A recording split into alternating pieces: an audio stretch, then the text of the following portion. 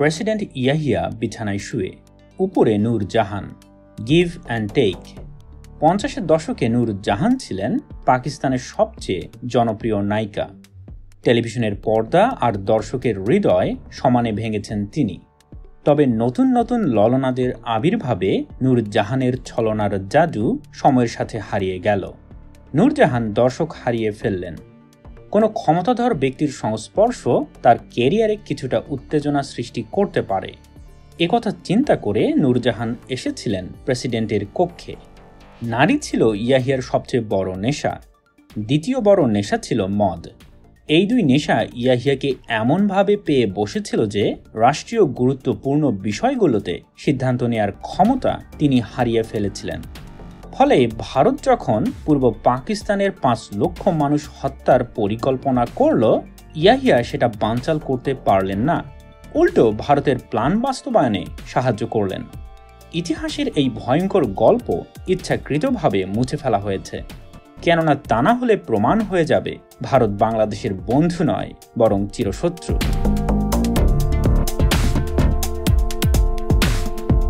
1958 সাল, সামরিক বাহিনীর প্রধান আইয়ুব খান ক্ষমতা দখল করলেন। আইয়ুবের পছন্দের লোক ছিলেন ইয়াহিয়া। আইয়ুব ইয়াহিয়াকে ডেকে নিলেন।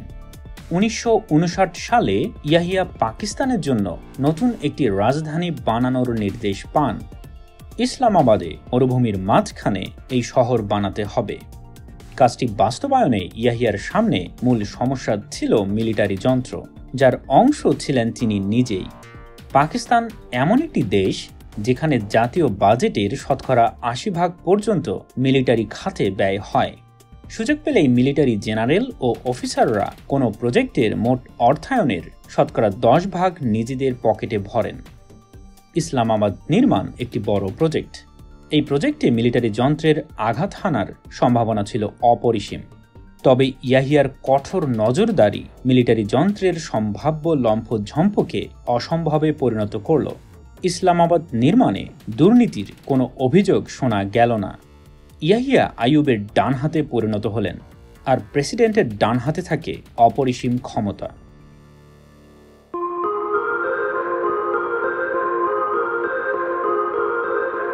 ইসলামাবাদ নির্মাণ প্রজেক্ট সফল। মরুভূমির ভিতর গড়ে উঠছে শহর। আইয়ুব তার সিনিয়র অফিসারদের নিয়ে ইসলামাবাদে এলেন। পাকিস্তানের এলিটরাও দ্রুত একই পথ অনুসরণ করলেন। ইয়াহিয়া দেখলেন কাজ কারবার ঠিকঠাক এগুচ্ছে, তবে তার লোকরা কাজ করে করে ক্লান্ত হয়ে পড়েছে। চারদিক আনন্দহীন, সাদামাটা। ইয়াহিয়া ইসলামাবাদের মিলিটারি ও এলিট শ্রেণীর ভিতর প্রাণ সঞ্চার করতে চাইলেন। বসানো হলো মদের দোকান। ব্ল্যাক ডগ হুইস্কি ছিল ইয়াহিয়ার পছন্দের। সাধারণ কোনো দিনে 3 পেগ, তবে রমজান মাস হলে দিনে 1 পেগ। এটা ছিল ইয়াহিয়ার সূত্র। ইসলামাবাদে নাইট ক্লাব বসানো হলো। বেলি ডান্স উপভোগ করতে ইয়াহিয়া সেখানে নিয়মিত যেতেন ও নর্তকীদের উপর টাকা ছিটাতেন। ক্ষমতা মানুষকে কলুষিত করে। ইয়াহিয়ার ক্ষেত্রেও তার ব্যত্যয় ঘটেনি।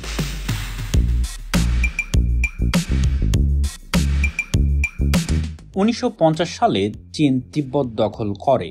এরপর থেকে তিব্বত চীনের গুরুত্বপূর্ণ অংশ বিবেচিত হয়। দালাই লামা ছিলেন তিব্বতের ধর্মীয় নেতা, যিনি তিব্বতের স্বাধীনতা আন্দোলনের নেতৃত্ব দিচ্ছিলেন। প্রাণ হারানোর ভয়ে তিনি তিব্বত থেকে পালিয়ে যান।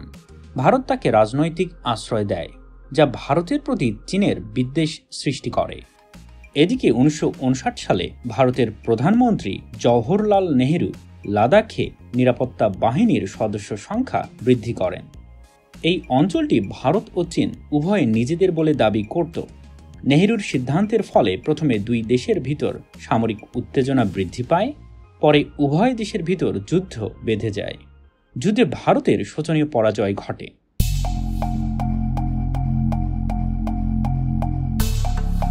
1965 সাল, আইয়ুব নেড়েচেড়ে বসলেন।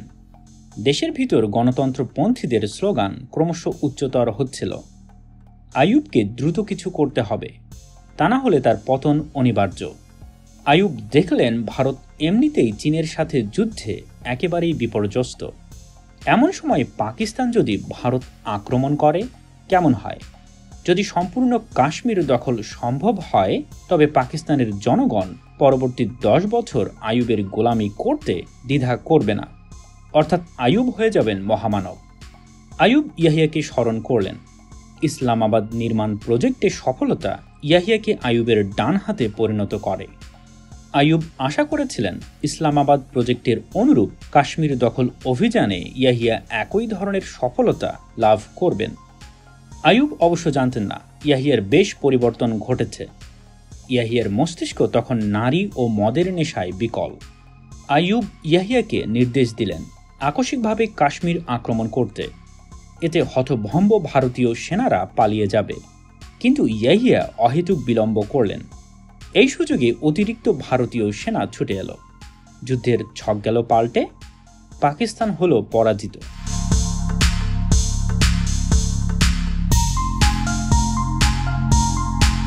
আকলিম আক্তার, ইয়াহিয়া যার নাম দেন জেনারেল রানী।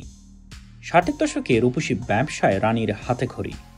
1965 সালে পাকিস্তানের বিখ্যাত রাওয়ালপিন্ডি ক্লাবে তিনি প্রবেশ করেন।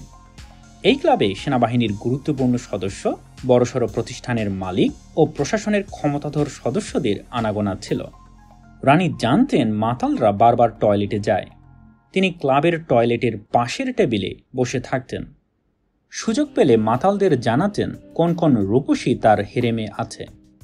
একদিন রানী এক জেনারেলকে 10 বার টয়লেটে যেতে দেখলেন। 11তম বার জেনারেল রানীকে বললেন, হ্যালো। জেনারেলের নাম ছিল ইয়াহিয়া। ইয়াহিয়া পূজা করতেন রূপসীদের রূপের, আর রানীর হেরেমে রূপসীর অভাব ছিল না। পাকিস্তানের সেরা অভিনেত্রী ও গায়িকাদের সাথে রানীর যোগাযোগ ছিল। বিছানায় মদ্যাসক্ত অবস্থায় ক্ষমতাধর ব্যক্তিরা গুরুত্বপূর্ণ তথ্য বলে দেয়। রূপসীরা এই তথ্য এনে দিত রানীকে। তথ্যগুলো রানী সরবরাহ করতেন পাকিস্তানের এলিটদের ভিতর। রানী পেতেন টাকা, আর রূপসীরা পেত সিনেমার কাজ ও রেকর্ডিং ডিল। এমনিতেই পাকিস্তানের অবস্থা যায়। এর উপর ঝামেলা বাঁধালো আমেরিকা। আমেরিকা ছিল পাকিস্তানের বন্ধু রাষ্ট্র। পাকিস্তান নিশ্চিন্ত ছিল যে পাক ভারত যুদ্ধের কারণে আমেরিকা পাকিস্তানকে কোনো অবরোধ দেবে না, দিলে ভারতকে দিতে পারে। কিন্তু আমেরিকা পাকিস্তান ও ভারত উভয়ের উপর কঠোর অর্থনৈতিক অবরোধ জারি করল। পাকিস্তানের অর্থনীতি হয়ে গেল নিশ্চল। গণ অসন্তোষ তখন চরমে। পাকিস্তান এতদিন ছিল আমেরিকার বলয়ে, আর ভারত সোভিয়েত ইউনিয়নের বলয়ে। কিন্তু হঠাৎই আমেরিকা পাকিস্তানকে ডাস্টবিনে ছুঁড়ে ফেলল। পাকিস্তান নেমে পড়ল ভিন্ন কোনো বন্ধু রাষ্ট্রের খোঁজে। চীন ভারতের শত্রু, ভারতের শত্রু পাকিস্তান, অর্থাৎ পাকিস্তান ও চীন বন্ধুত্ব তৈরি করল। অন্যদিকে ভারত ও সোভিয়েত ইউনিয়ন দুই দেশের সম্পর্ক আরও মজবুত করল।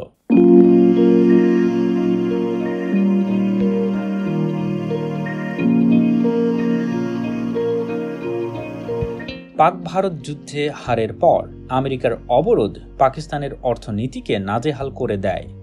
গণ অসন্তোষ সৃষ্টি হয়। এই সুযোগে রাজনৈতিক দলগুলো আবারও সক্রিয় হয়। পূর্ব পাকিস্তানে সবচেয়ে বড় রাজনৈতিক দল ছিল আওয়ামী লীগ। হোসেন শহীদ সোহরাওয়ার্দী ছিলেন দলটির সভাপতি। 1963 সালে সোহরাওয়ার্দী মারা গেলেন। সোহরাওয়ার্দীর মৃত্যুর পর দলটির নেতৃত্ব ও নীতিতে অনেক পরিবর্তন আসে। 1966 সালে দলটির সভাপতি হন শেখ মুজিবুর রহমান। মুজিব জানতেন পূর্ব পাকিস্তানের জনগণ পশ্চিম পাকিস্তানের দুঃশাসনে অতিষ্ঠ হয়ে গেছে। স্বায়ত্তশাসন বা স্বাধীনতা তাদের দাবি।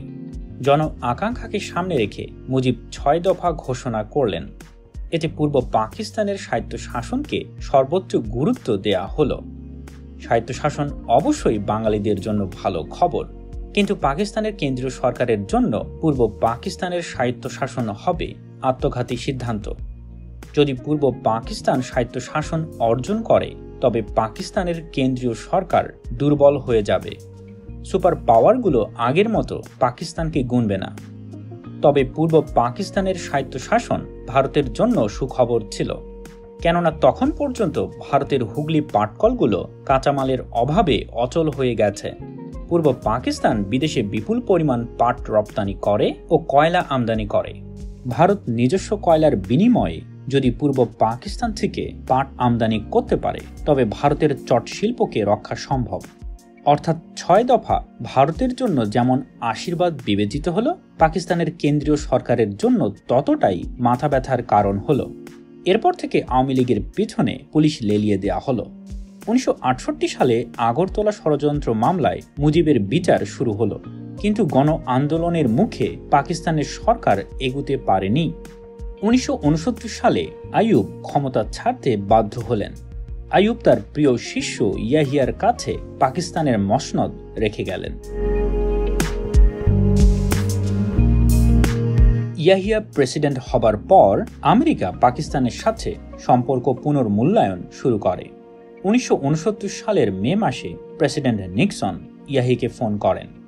নিক্সন জানান আগস্ট মাসে তিনি পাকিস্তান ভ্রমণে আসছেন। তাই হলো, নিক্সন নেমে এলেন বিমান থেকে। এরপর তিনি হাসিমুখে ইয়াহিয়ার সাথে কোলাকুলি করলেন। নিক্সন ইয়াহিয়াকে অ্যাস্ট্রোনট আইসক্রিম উপহার দিলেন। এই আইসক্রিম ছিল নাসার টপ সিক্রেট প্রজেক্ট। সাধারণ আইসক্রিম থেকে পানি সরিয়ে বানানো হয় এই আইসক্রিম, যা উচ্চ তাপমাত্রায়ও গলে না। নাসার টপ সিক্রেট ইয়াহিয়ার সাথে শেয়ার করে নিক্সন জানান দিলেন তিনি ইয়াহিয়াকে সত্যিকারের একজন বন্ধু মনে করেন। পরে ইয়াহিয়া এই আইসক্রিম তার ছেলে আলীকে খেতে দেন। এরপর দুই প্রেসিডেন্ট গোপনে বৈঠক করেন। নিক্সন বললেন আমেরিকা চায় চীনের সাথে সম্পর্ক উন্নয়ন করতে, তবে সেটা সরাসরি সম্ভব নয়, কেননা এতে আমেরিকার জনগণ নিক্সনকে দুর্বল ভাববে। একমাত্র ইয়াহিয়াই পারে আমেরিকাকে চীনের সাথে সম্পর্ক স্থাপনে সাহায্য করতে। বিনিময়ে ইয়াহিয়া ভারত দমনে সব ধরনের সাহায্য পাবেন। ইয়াহিয়া ও নিক্সন হাত মেলালেন। ইয়াহিয়া নিক্সনকে কথা দিলেন তিনি চীনে যাবেন ও মাও জেদংয়ের সাথে কথা বলবেন।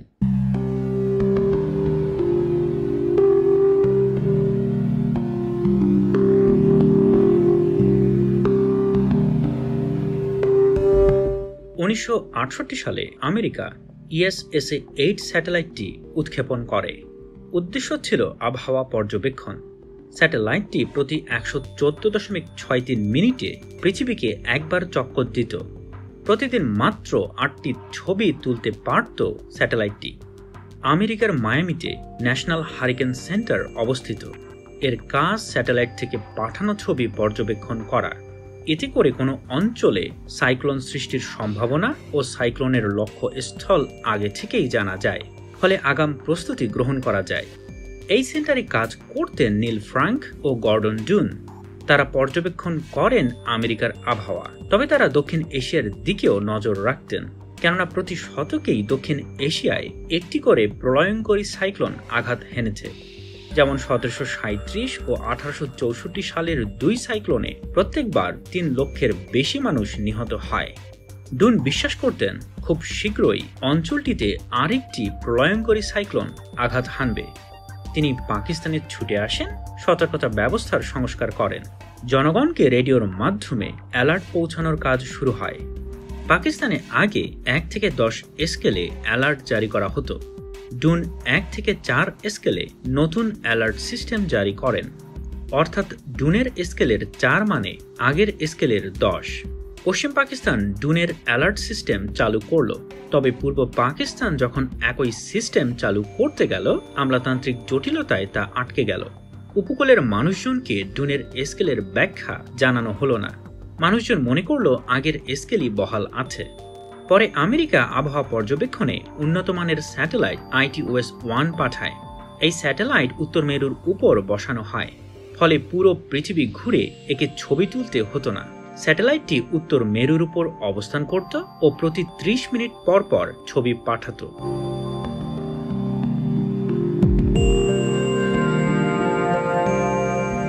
পাকিস্তানের দুটি অংশ, পূর্ব ও পশ্চিম, যাদের ভিতর স্নায়ুযুদ্ধ চলছে 50-এর দশক থেকে। পশ্চিম শুরু থেকেই ক্ষমতার কেন্দ্র, পূর্বকে শোষণ করে পশ্চিমের বৃদ্ধি। 60-এর দশকে পশ্চিমের দুর্যোগ প্রশমনে কাজ হয়েছে, বসানো হয়েছে উন্নত রাডার সিস্টেম, যার মাধ্যমে ITOS-1 স্যাটেলাইট থেকে সরাসরি ছবি পাওয়া যেত। পূর্ব ছিল দুর্যোগ প্রবণ অঞ্চল। এর উপকূলীয় অঞ্চলে সাইক্লোন আঘাত হানলে প্রাণহানি ঘটে, ঘরবাড়ি ধ্বংস হয়। তারপরেও সরকার দুর্যোগের ক্ষয়ক্ষতি প্রশমনে এখানে কোনো কাজ করেনি, কারণ পূর্ব নিয়ে পশ্চিমের কোনো মাথা ব্যথা ছিল না। ভারতীয়রা তাদের উপকূলে উন্নত মানের রাডার সিস্টেম স্থাপন করে। ভারতীয় আবহাওয়া বার্তার উপর নির্ভর করে পূর্ব পাকিস্তানে অ্যালার্ট জারি করা হতো। 8 নভেম্বর একটি সাইক্লোন তৈরি হলো বঙ্গোপসাগরে। ITOS-1 ছবি পাঠালো। ভারতের আবহাওয়া অফিস সাথে সাথে সাইক্লোনের ছবি পেল, কারণ উপকূলীয় অঞ্চলে তারা ইতিমধ্যেই আধুনিক রাডার বসিয়েছে।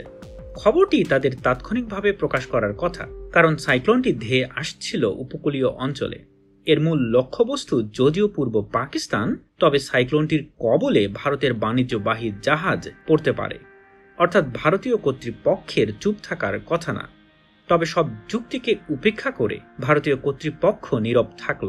তারা খবরটি প্রকাশ করল না। এর পেছনে ছিল ভারতের রাজনৈতিক উদ্দেশ্য। আগস্টে পাকিস্তান সফরের পর নিক্সন ইয়াহিয়াকে বিপুল পরিমাণ অস্ত্র পাঠাতে থাকেন।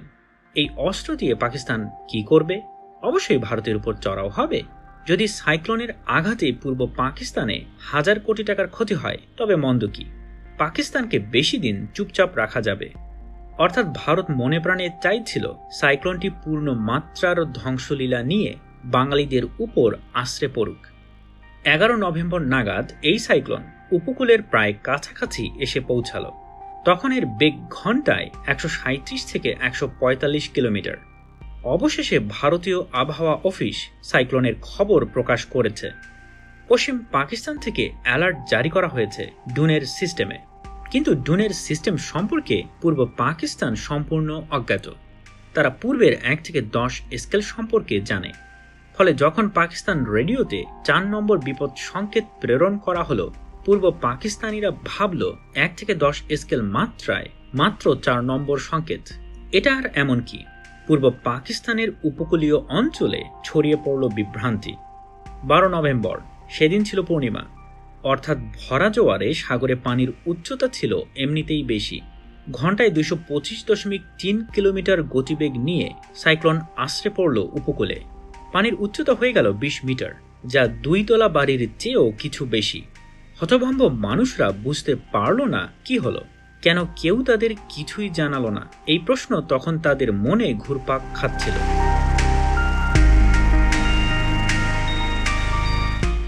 ইয়াহিয়া তখন চীনে। পত্রপত্রিকায় বলা হলো ইয়াহিয়া কিছু বাণিজ্য চুক্তি করতে চীন এসেছেন। যদিও ইয়াহিয়ার সফরের মূল লক্ষ্য ছিল চীন ও আমেরিকার দূরত্ব লাঘবে পদক্ষেপ গ্রহণ করা। ইয়াহিয়া গোপনে চীনা কূটনীতিবিদদের সাথে বসলেন। পাকিস্তানের পক্ষে তিনি ছিলেন একা। উপদেষ্টারা আসল খবর জানলে সাথে সাথেই ফাঁস করে দেবে। অপরদিকে চীনা প্রতিনিধি দল বহু সদস্য নিয়ে টেবিলে বসেছে। তাদের সাথে বাগদণ্ডে জড়িয়ে গেছেন ইয়াহিয়া, পারছেন না কিছু সামলাতে। যখন ইয়াহিয়া বললেন হেনরি কিসিঞ্জার গোপনে চীনাদের সাথে যোগাযোগ করতে চান, চীনারা আঁতকে উঠল। তারা ভাবল এটা আমেরিকার কোনো চালাকি। ইয়াহিয়া প্রায় কেঁদে দেবেন। এমন সময় খবর এলো বঙ্গোপসাগরে একটি ভয়ঙ্কর সাইক্লোন তৈরি হয়েছে, যা শীঘ্রই পূর্ব পাকিস্তানে আঘাত করবে। খবরটি মিরাকেলের মতো কাজ করল। সবকিছু শুনে চীনারা ইয়াহিয়ার উপর কিছু নরম হলেন। প্রথমে বাণিজ্য ও পরে নিরাপত্তা চুক্তি স্বাক্ষরিত হলো। চীনারা কিসিঞ্জারের সাথে সাক্ষাৎ করতেও রাজি হলো। ইয়াহিয়া নাচতে নাচতে দেশে ফিরলেন। তার মাথায় তখন চিন্তা একটাই, নিক্সনকে কখন তিনি খবরটি পাঠাবেন। উত্তেজনা চেপে রেখে ইয়াহিয়া আপাতত পূর্ব পাকিস্তানে যাচ্ছেন। ইতিমধ্যেই সাইক্লোন পূর্ব পাকিস্তানের উপর দিয়ে বয়ে গেছে।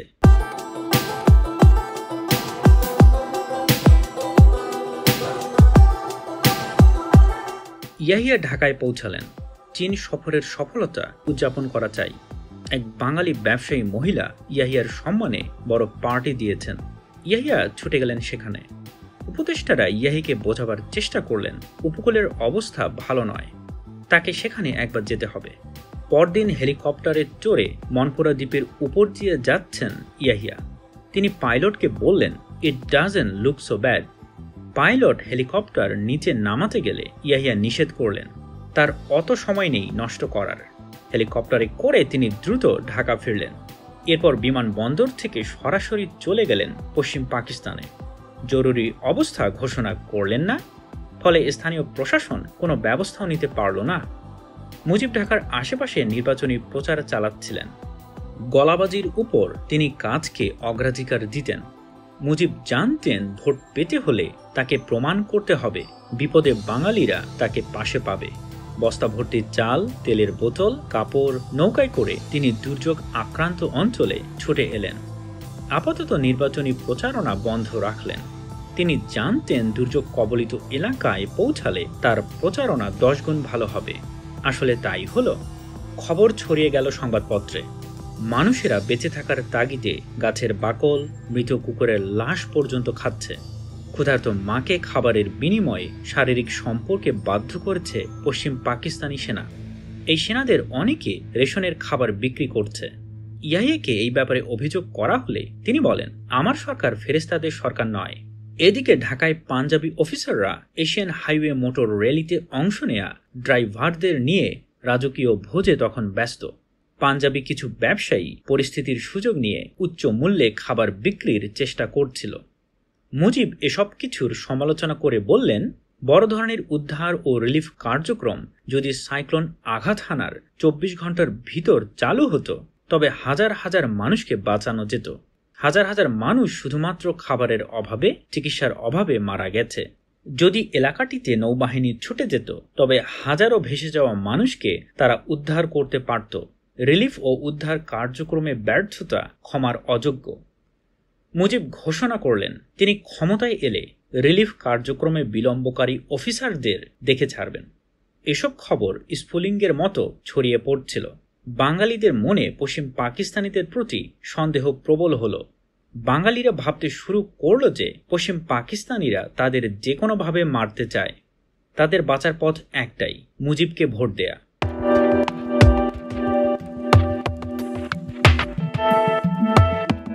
ইয়াহিয়া বসে আছেন নিজ কক্ষে, তার হাতে গোপন চিঠি।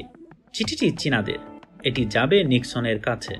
ইয়াহিয়া নিজ হাতে চিঠির বক্তব্য নতুন করে লিখলেন, এরপর তা এনক্রিপ্ট করে পাঠিয়ে দিলেন নিক্সনের কাছে। পুড়িয়ে ফেললেন মূল কপি। এরপর ইয়াহিয়া শান্ত হলেন। তিনি মনপুরা সফরে এলেন। উদ্দেশ্য অবশ্য ফটো তোলা। সরকারি ফটোগ্রাফার ও বিদেশি মিডিয়াগুলো ইয়াহিয়ার ছবি তুলতে থাকে। তিনি কিছু লাশের সামনে যান, এরপর হাতে এক বালতি চাল নিয়ে পরীক্ষা করার ভান করেন। সেখানে উপস্থিত ছিলেন একজন বাঙালি মিলিটারি অফিসার, যার নাম হাফিজ। হাফিজ ইয়াহিয়াকে বললেন, where is the rice? Please sir, we are starving, we need clothes. অভিযোগ শুনে ইয়াহিয়ার মেজাজ পাল্টে গেল। মুখ ঘুরিয়ে নিলেন ইয়াহিয়া। দূরে পড়ে থাকা লাশের কাছে সরে গেলেন। এরপর বক্তব্য দিলেন, কান্না করে লাভ নেই, হাসি মুখে কাজ করো, ভাতের বদল রুটি খাও, এতে তোমরা শক্তি পাবে। ফলে কঠিন চ্যালেঞ্জ সহজে মোকাবেলা করতে পারবে। ইয়াহিয়ার সামনে এই শেষ সুযোগ ছিল বাঙালিদের সন্দেহ কিছুটা দূর করা। রিলিফ সরবরাহে তিনি কার্যকর ও কঠোর পদক্ষেপ নিতে পারতেন, কিন্তু না, সেটা সম্ভব হলো না। কেননা ইয়াহিয়ার মস্তিষ্ক তখন মদ, নারী আর নিক্সনের চিন্তায় বিকল।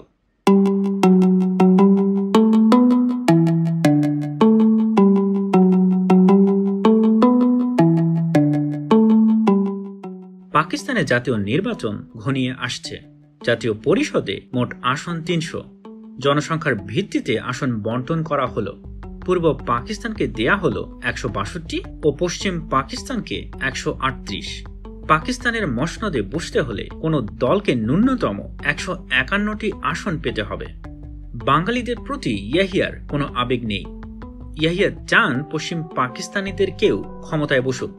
পশ্চিম পাকিস্তানের তখন সবচেয়ে বড় দল ছিল পিপিপি, পাকিস্তান পিপলস পার্টি। পিপিপির নেতা জুলফিকার আলী ভুট্টো ছিলেন ইয়াহিয়ার পছন্দের লোক। কিন্তু প্রশ্ন এখানেই, যদি ইয়াহিয়া চান ভুট্টো ক্ষমতায় বসুক, তবে কেন জেনে শুনেও পূর্ব পাকিস্তানকে বেশি আসন দেয়া হলো? বাঙালিরা চাইলেই একটি দলকে ভোট দিতে পারে। যদি সব বাঙালি এক দলকে ভোট দেয় তবে সেই দল 150-এর বেশি আসন নিয়ে সহজেই ক্ষমতা দখল করতে পারবে। পশ্চিম পাকিস্তানিরা সেক্ষেত্রে কিছু করতে পারবে না। তাহলে পূর্ব পাকিস্তানকে আসন ভিত্তিক সুবিধা দানে ভুট্টো কেন বাধা দিলেন না?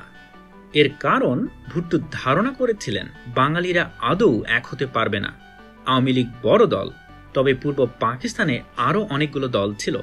সেই দলগুলো যদি কিছু করেও আসন ছিনিয়ে নেয় তবে আওয়ামী লীগের 151 আসন পাওয়া কল্পনার সমান হবে। ইয়াহিয়া ও ভুট্টো আত্মবিশ্বাসী ছিলেন যে ভুট্টোই ক্ষমতায় আসছেন।